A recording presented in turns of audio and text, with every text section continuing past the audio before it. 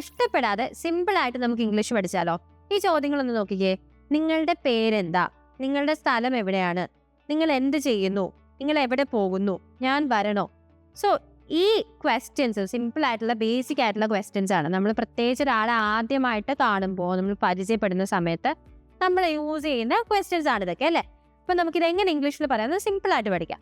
So നിങ്ങളുടെ പേരെന്താ? നമ്മൾ ആദ്യം മനസ്സിലാക്കേണ്ട എന്താ എന്ന് നമ്മൾ ചോദിക്കുമ്പോൾ, എന്താ എന്നൊരു ചോദ്യം വരികയാണെങ്കിൽ ആ ചോദ്യം ഇംഗ്ലീഷിൽ സ്റ്റാർട്ട് ചെയ്യേണ്ടത് വാട്ട് എന്ന വാക്ക് വെച്ചിട്ടാണ്. വാട്ട് എന്ന് വെച്ചാൽ എന്താ എന്നാണ്. എന്താണ്, എന്താ, എന്ത് എന്നൊക്കെ ചോദിക്കുമ്പോൾ വാട്ടാണ് നമ്മൾ യൂസ് ചെയ്യേണ്ടത്. സോ നിങ്ങളുടെ പേരെന്താ എന്ന് ചോദിക്കുമ്പോൾ what is your name? What is your name? നിങ്ങളുടെ പേരെന്താ? What is your name? ഇനി നിങ്ങളുടെ സ്ഥലം എവിടെയാണ്? ഇനി എവിടെ എന്നുള്ളൊരു ചോദ്യം വരുമ്പോഴത്തേക്ക് എവിടെയാണ്, എവിടെ പോയി, എവിടെ അങ്ങനെ ചോദിക്കുമ്പോഴത്തേക്ക് വേർ എന്ന ക്വസ്റ്റ്യൻ വേർഡ് വെച്ചിട്ട് വേണം ചോദ്യം സ്റ്റാർട്ട് ചെയ്യാൻ. വേർ. അപ്പം നിങ്ങളുടെ സ്ഥലം എവിടെയാണെന്നാണ് ചോദിക്കുന്നത്.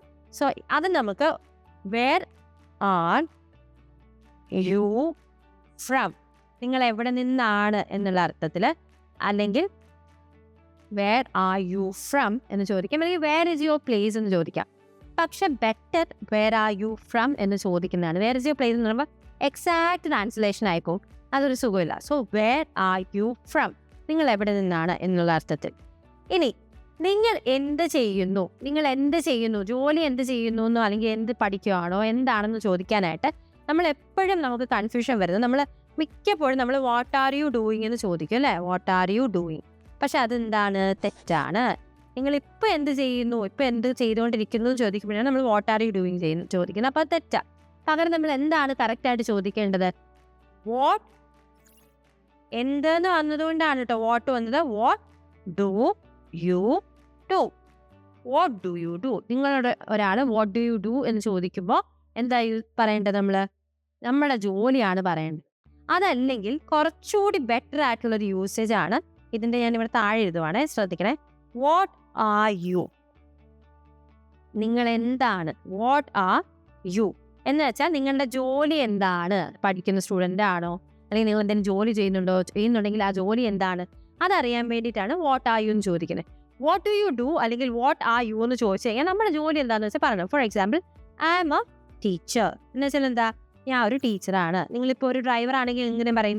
I am a driver. Okay, അപ്പം അങ്ങനെ പറയാം.